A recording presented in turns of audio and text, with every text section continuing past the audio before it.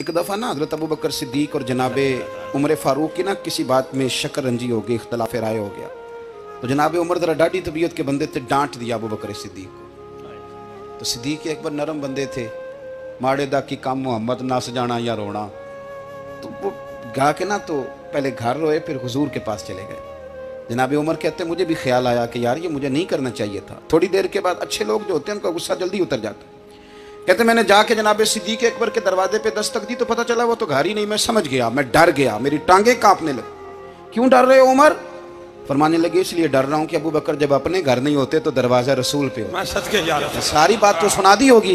फरमाते मैं नबी पाक की बारगाह में पहुंचा, सामने अबू बकर बैठे हैं, पुश्त मुबारक मेरे करीम रसूल की काबे की जानब, चेहरा सिद्दीक अकबर की जानब, दोनों की गर्दनें झुकी हुई।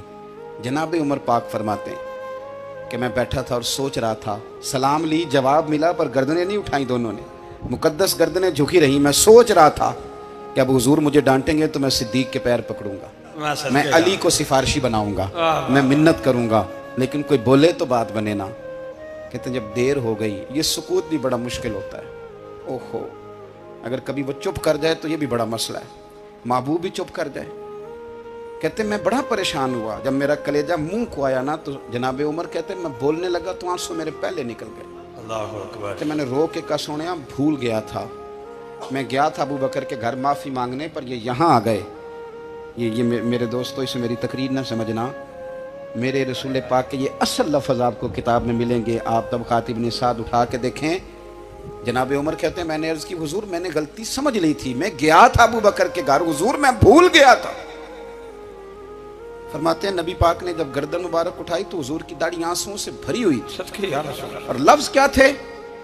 फरमाया उमर तुम मेरी खातर मेरे अबू बकर को माफ नहीं कर सकते थे।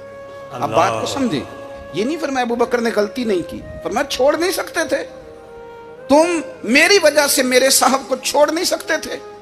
फिर हुजूर ने फरमाया उमर ये सारा मक्का तलवारें लेके मुझे कत्ल करने आता था, यार ये अकेला था, इसने खोल के बाजू कहा था कि जो हुजूर तक जाएगा मेरी लाश से गुजर के जाएगा।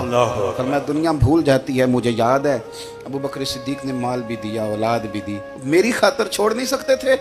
जनाब उमर कहते हैं मैं उसके बाद समझ गया कि मेरे मुस्तफ़ा की रज़ा इसी में है कि अबू बकर को राज़ी रखा जाए। सुभान अल्लाह।